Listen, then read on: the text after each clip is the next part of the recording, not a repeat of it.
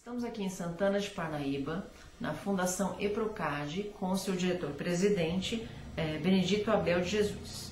Doutor Abel, conta pra gente como é que surgiu a EPROCAD. O EPROCAD nasceu, na verdade, na década de 80, foi um projeto de empresários e personalidades do município que resolveram trabalhar o esporte com crianças e adolescentes do município.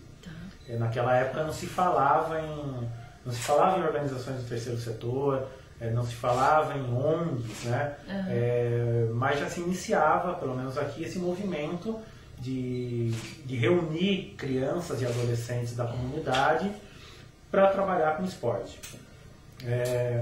Chamava EPROPAR, que era Esportes Pro Parnaíba. Sim. Tinha até um objetivo de formar atletas, de formar jovens que fossem competir nas atividades esportivas.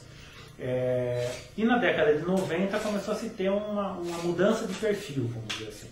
Começou aí a se falar mais, até pelo próprio crescimento da cidade, eu acho, começou a vir mais moradores de fora do município, ou seja, a demanda... Cresceu muito, né? Cresceu muito. Então a demanda começou a crescer muito, ou seja, uma procura muito grande de crianças e adolescentes buscando atividades esportivas ou outras atividades. E aí o foco da entidade passou a ser trabalhar com crianças e adolescentes em estado de vulnerabilidade social. Ou seja, crianças e adolescentes carentes, vamos dizer assim, perdendo a sua característica de competição, buscando trabalhar mais o esporte com foco social, o foco de inclusão dessas crianças e adolescentes. São 7 a 18 anos, né? 7 a 18 anos. Crianças e adolescentes de 7 aos 18 anos. Que tipo de atividade é proposta aqui para as crianças e adolescentes que vêm aqui? Fundamentalmente a parte esportiva, ou seja, questão ligada ao esporte, o futebol, atividades como atletismo, tênis, vôlei, nenhuma atividade voltada para o caráter competitivo hoje de formação de atleta. Hoje todas. Mas eles participam de competições? Não. Sim, como outras instituições? Chegaram a participar já. Chegaram a participar com competição, mas às vezes porque nós somos convidados a participar de outras competições por causa de um conhecimento que nós temos com outras organizações. E até para ter um relacionamento, né? Acabam convidando. Mas não é o foco principal. Não é o foco principal ter a competição como objetivo. Tá? Então essas atividades esportivas elas funcionam como um instrumento. Então ninguém aqui treina tênis, todas as características do tênis, o tênis profissional, não é nada disso. O tênis é dado a modalidade de tênis como uma modalidade de inclusão, para trabalhar habilidades desses jovens, como coordenação motora, concentração, ou seja, várias características que a modalidade esportiva pode trazer para o ser humano. Né? E de quantas pessoas a gente está falando aqui que são atendidas? Nós estamos falando cerca de 300 crianças e adolescentes. 300 crianças. Aí elas vêm aqui diariamente, o ano inteiro, e participam dessas... No contraturno escolar, esportes. Sempre no contraturno escolar. Uma das exigências da Fundação é que essa criança e adolescente esteja matriculado na e vá bem na escola? Nós fazemos um acompanhamento. Seria mais ou menos aquilo que era no passado, o futebol de elite, craque na escola, craque na bola? Essa é a ideia? Essa é a ideia. A ideia é assim, que essa criança vá bem também na escola.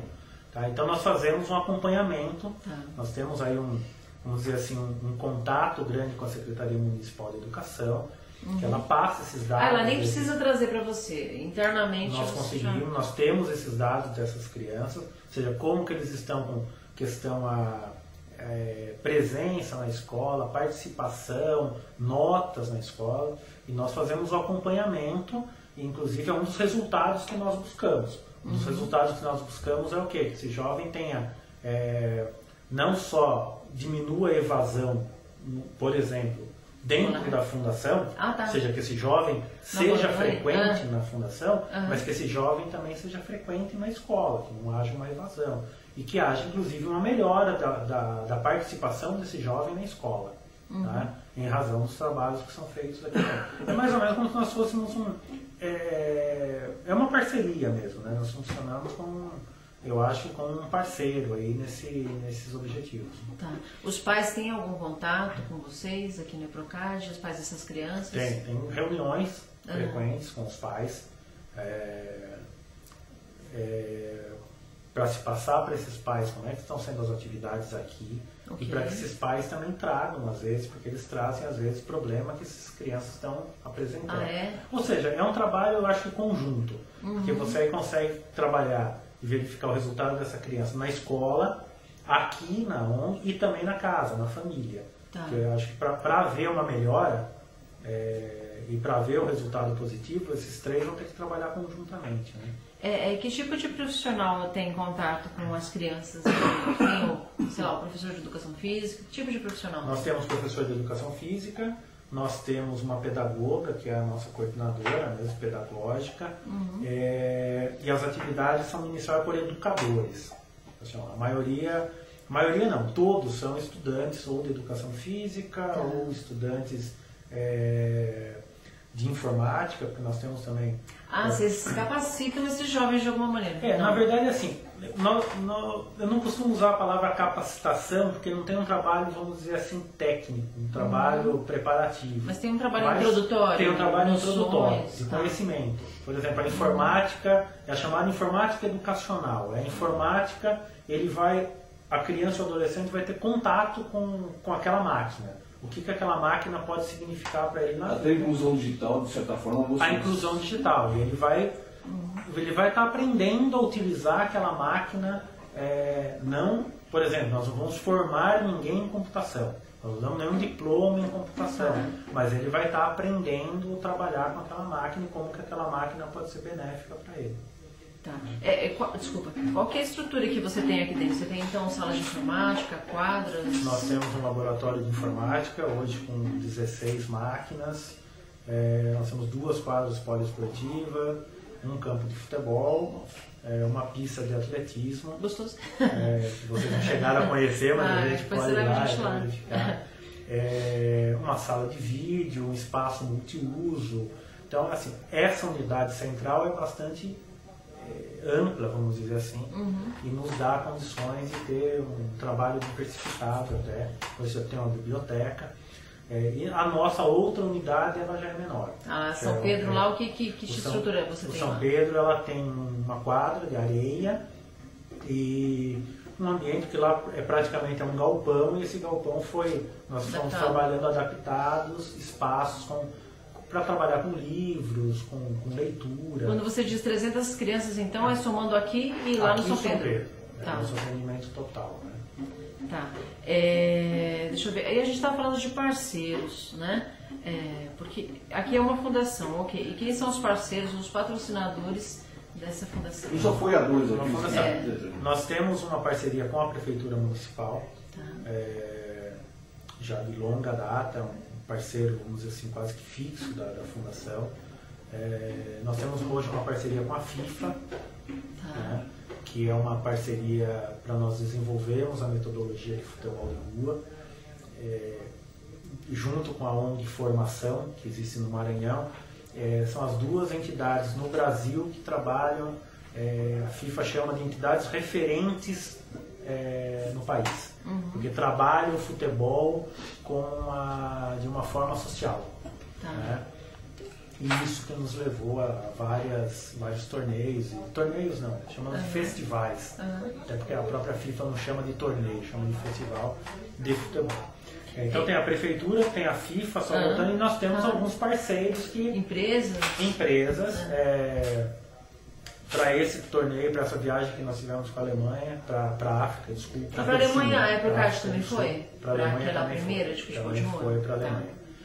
Para a África do Sul nós tivemos o Banco BVA, que foi um apoiador, a Goodyear foi uma apoiadora, uma empresa metalúrgica chamada Budai. Todas aqui de Santana de Parnaíba, não? Não, a Goodyear é aqui de Santana de Parnaíba, Só lembrando que nós vamos entrevistá-lo o Reinaldo 3 horas da tarde hoje. Eles foram um dos apoiadores dessa viagem. O Banco BVA é um banco que está sediado em São Paulo. A Budai é uma empresa de Jandira, metalúrgica. E tivemos alguns outros colaboradores, pessoas físicas que colaboram com a fundação em forma de doação.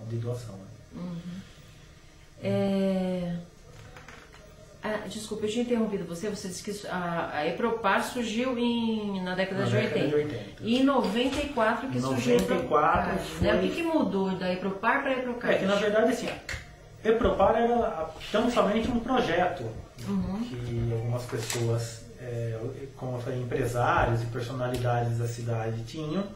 Era um projeto que chamava Esporte Pro Parnaíba. Ela não era formalizada.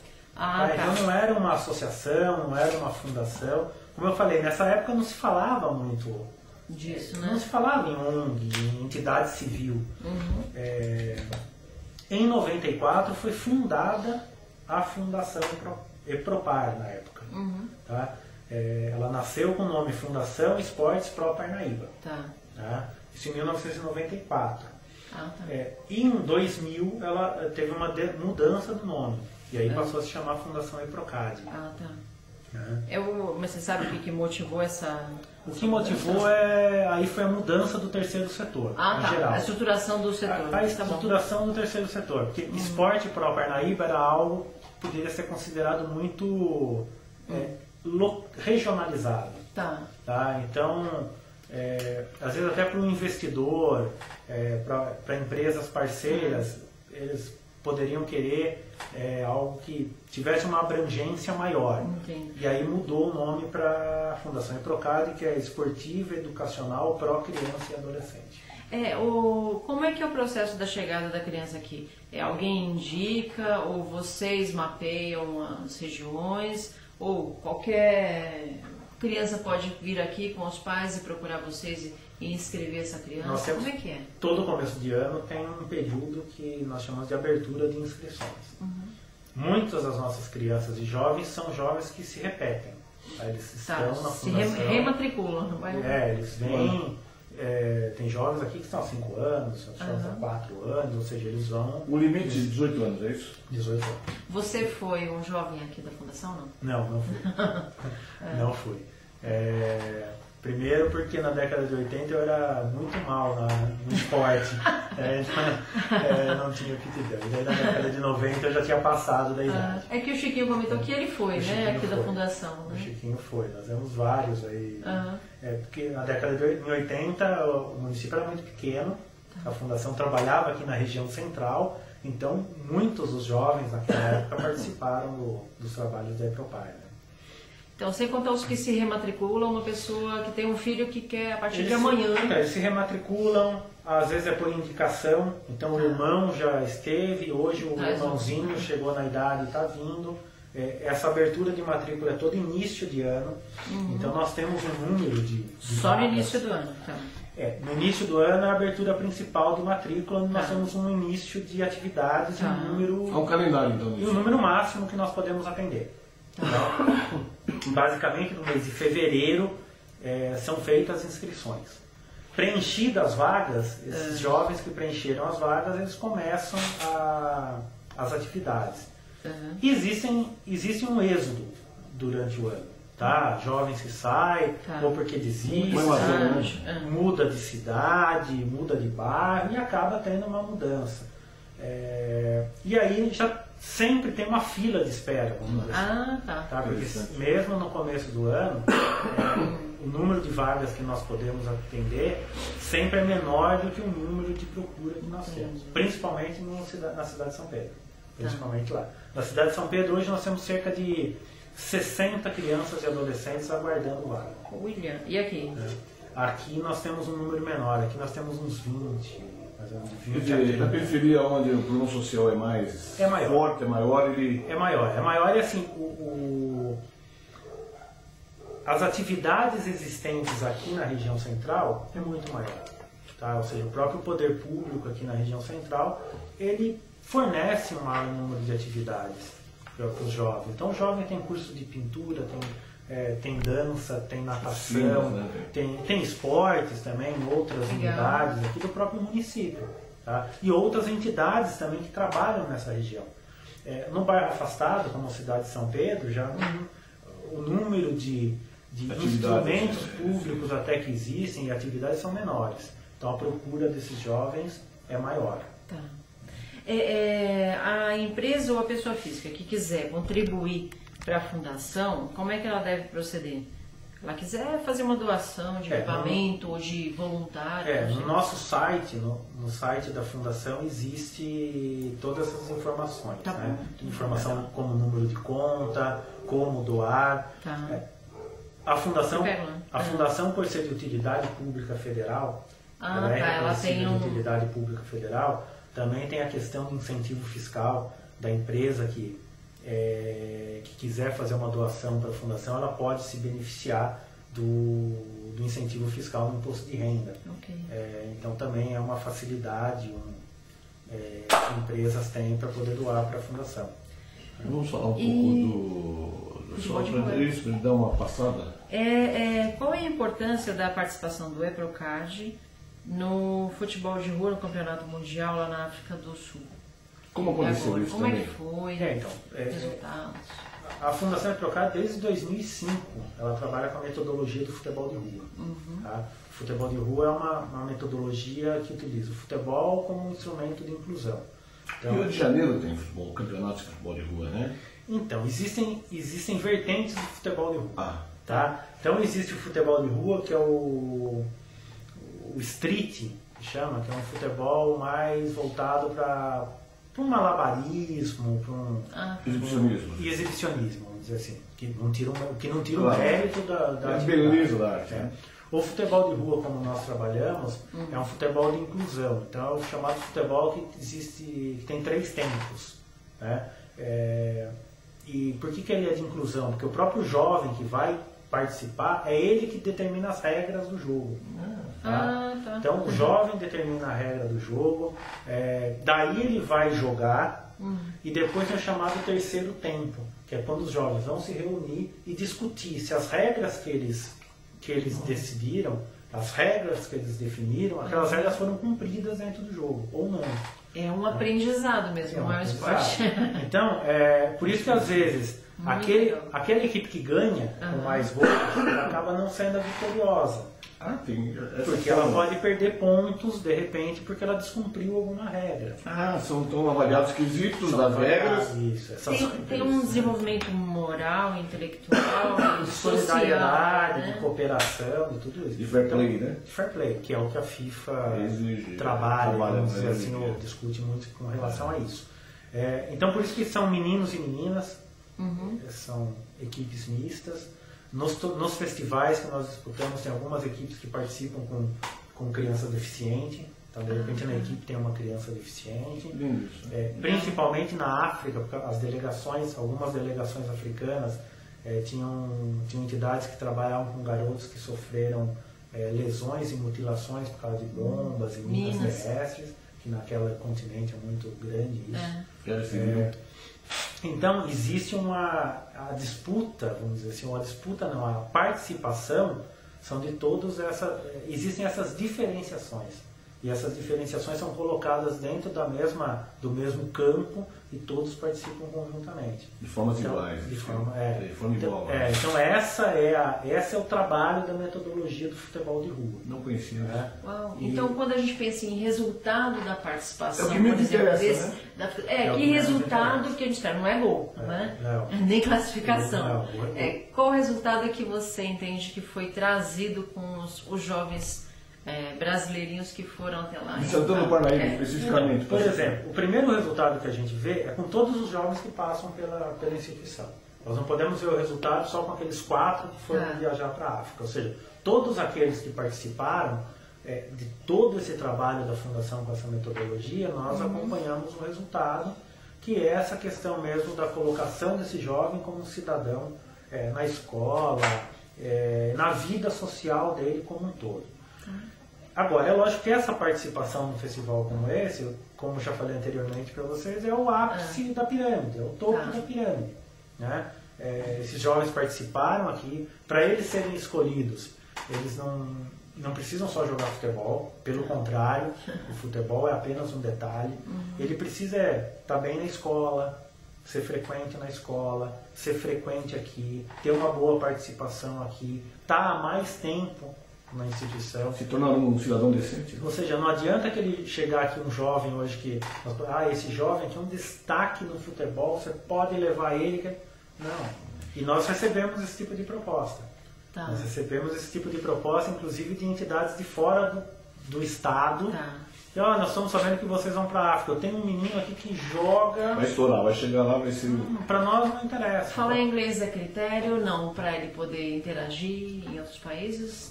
Não é critério, mas esse ano nós tivemos uma parceria com o CNA, que é uma escola de inglês.